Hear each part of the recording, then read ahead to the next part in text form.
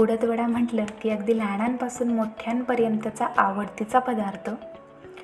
वडा तसा एकच असतो, पण हा वडा त्याच्यासोबत वाढल्या जाणाऱ्या पदार्थांमुळं कधी मेदूवडा, कधी सांबार वडा, तर कधी दहीवडा म्हणून आपण खात असतो. बनवायला तसा अगदी सोपा आहे. फक्त एका गोष्टीचं टेन्शन असतं, ते म्हणजे बॅटर फेटणं.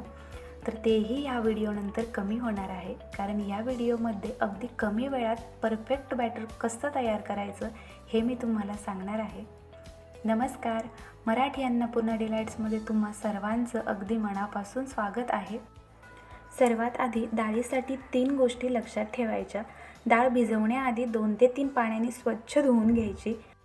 दमट वातावरणात 2, थंड वातावरणात 3 तासापेक्षा जास्त वेळ डाळ भिजू द्यायची. भिजल्यानंतरही पुन्हा 2 ते 3 पाण्याने स्वच्छ धुवून घेऊन सगळं पाणी व्यवस्थित काढून टाकायचं. यामुळं काय होतं, उडदाच्या डाळीचा उग्रवास कमी होतो. डाळ वाटायला घेताना ती अर्ध्या भांड्यापेक्षा कमी डाळ घ्यायची आहे. जास्त घेतली तर ती वरच्या साईडनं चिकटते. सुरुवातीचं पहिलं भांडं आपल्याला बिना पाण्याचं वाटून घ्यायचं आहे. एका चमच्याने कढईची डाळ व्यवस्थित काढून त्यात 1 ते 1.5 चमचा पाणी टाकायचं आणि 10 ते 12 सेकंदासाठी पुन्हा फिरवून घ्यायचं. दुसऱ्या वेळीही तसंच कढईची डाळ व्यवस्थित काढून मिक्स करून घ्यायची आणि 2 ते 3 चमचे पाणी टाकून पुन्हा 10 ते 15 सेकंदासाठी फिरवून घ्यायचं. आता आपली डाळ व्यवस्थित वाटलेली आहे. थोडीशी कणी वाटत असेल तर पुन्हा 10 ते 12 सेकंदासाठी मिक्सरला व्यवस्थित फिरवून घ्यायचं आहे. अगदी थोडीशी आणि बारीक कणी राहिली असेल तर चालते. खूपच जास्त बारीक करायला गेलं यामध्ये आणखी पाणी टाकावं लागतं आणि पाणी टाकलं म्हणजे हे मिश्रण फेटताना जास्त वेळ फेटावं लागतं. हे बघा, अशा प्रकारे आपल्याला हे बॅटर तयार करून घ्यायचं आहे.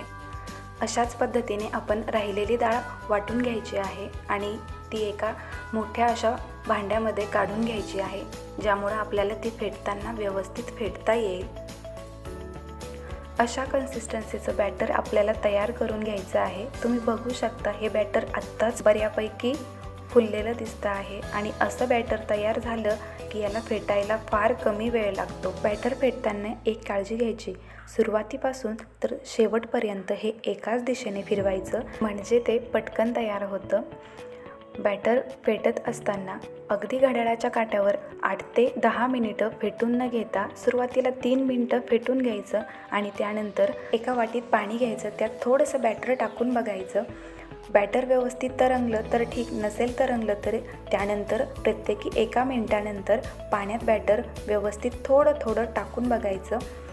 इथे मी 3 मिनिटं बॅटर फेटलेलं आहे आणि तुम्ही बघू शकता ते व्यवस्थित तरंगलं आहे. याचा अर्थ आपलं बॅटर हे परफेक्ट तयार झालेलं आहे.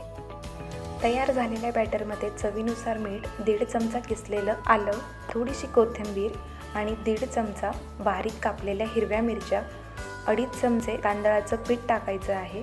यामुळं आपले वडे हे कुरकुरीत बनतात.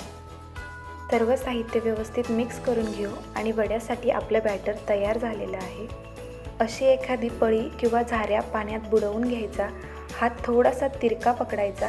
दुसऱ्या हाताने एका चमच्याने बॅटर असं पसरवून टाकायचं. हात थोडासा ओला करून याच्या मधोमध एक छिद्र करून घ्यायचं आणि लगेच हा वडा तळायला टाकायचा. जास्त वेळ ठेवला तर तो वडा पळीलाच चिकटतो. वडा तेलात सोडताना लक्षात घ्यायचं की गॅसची फ्लेम ही लो असली पाहिजे आणि तेलही अति तापलेलं नसावं.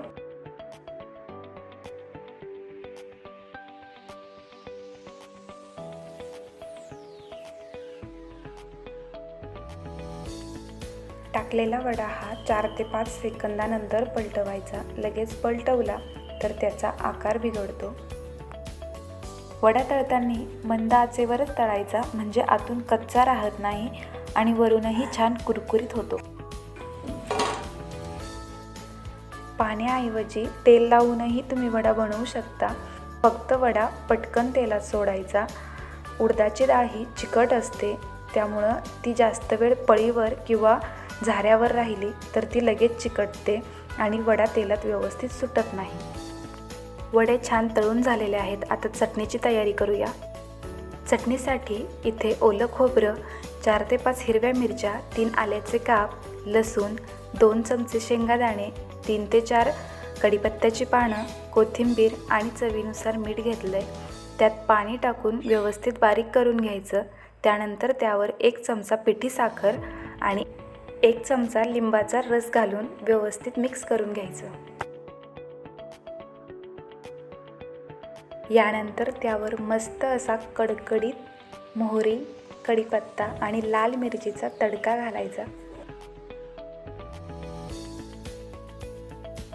व्हिडिओ आवडला असेल तर रेसिपी नक्की ट्राय करून बघा. पुन्हा भेटू एका नवीन रेसिपीसोबत. धन्यवाद.